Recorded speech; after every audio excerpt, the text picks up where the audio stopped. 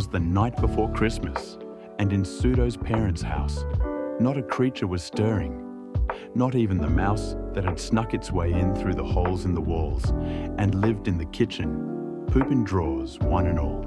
'Cause while the cat never killed it, before he passed away, her dad bought a sticky trap and caught Mickey one day. And now there was nothing, save some spiders and the like, quietly creeping along corners in the dark hours of the night. Christmas lights were glowing with wonder outside throughout the whole block in which Pseudo did now reside. Each bulb told a story, each colour a tune of neighbours' traditions, some old joys, some new. Inside, Pseudo stood, with her gaze casted out, the window reflecting a face filled with doubt. She pondered the meaning this season once held, and how life had shifted, both the beauty and the hell. Her stocking was hung o'er the fireplace never used, stuffed with small gifts. She herself had to choose. It was placed 3 hooks over from where it usually hung, since this year the gathering would be smaller, less fun, due to family unable to all gather this year, not to mention ex-lovers who were no longer there. Her brothers' agendas were solely their own, and their lives got too tricky to let them come home.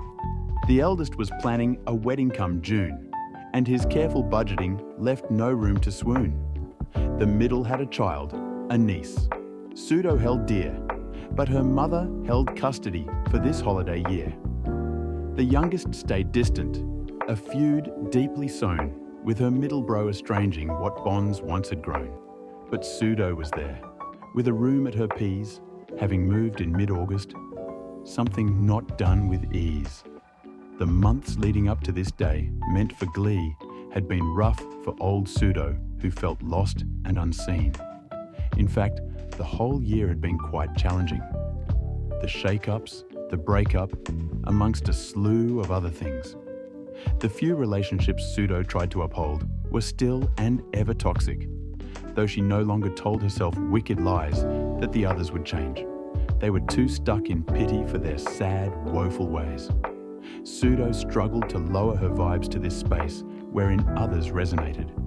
'Twas no longer a place where she could find comfort, love, peace, hope, or joy. These people were broken, their life paths destroyed. She had found herself day drinking sometimes before noon, which was the earliest her mum now left the bedroom. Her mother was frantic, as she so often became, at the thought of the season and its pressures untamed. The meals must be perfect, the gifts must impress.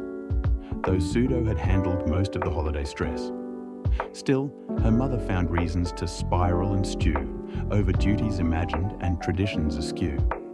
Her father, meanwhile, was just barely engaged, his own glass refilled as his burdens remained vague. While the arguments simmered, few loud clashes this year. The tension still thickened, as if whispered in fear.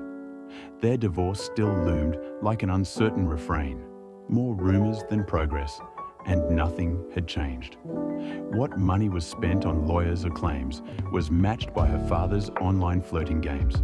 Her parents seemed stuck in a rhythm, well worn, neither moving to mend, nor fully letting it mourn. For Pseudo, the picture was harder to frame.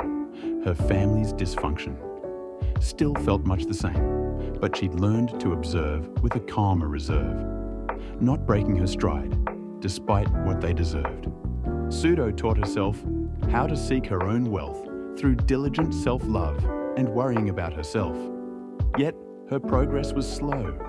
It was hard to process how a new, shiny life she might still manifest. Her bank account was empty, the job boards were lame, not to mention her energy was no longer the same. In her youth, she had spent it on every endeavour and every person. Granted, not so clever on her part, but hey, who was she to know? Her connections would all leave her out in the cold. But while silence now lingered in the house and her heart, Pseudo pondered the moments that had torn her apart.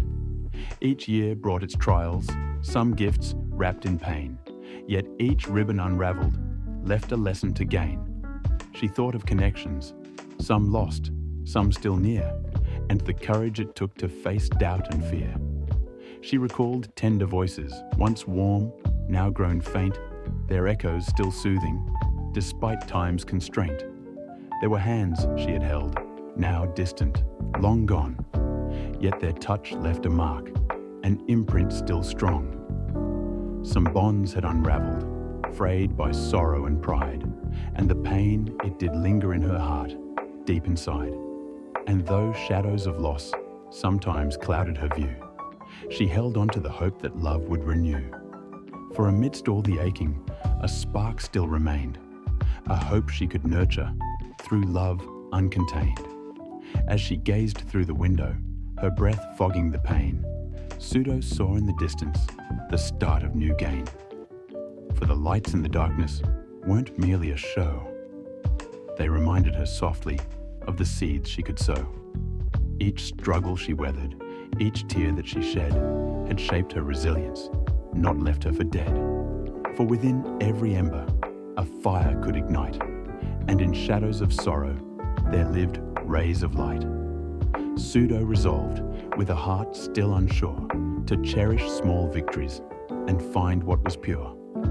And though paths were uncertain, each step she would take was a gift to her spirit, a journey she'd make.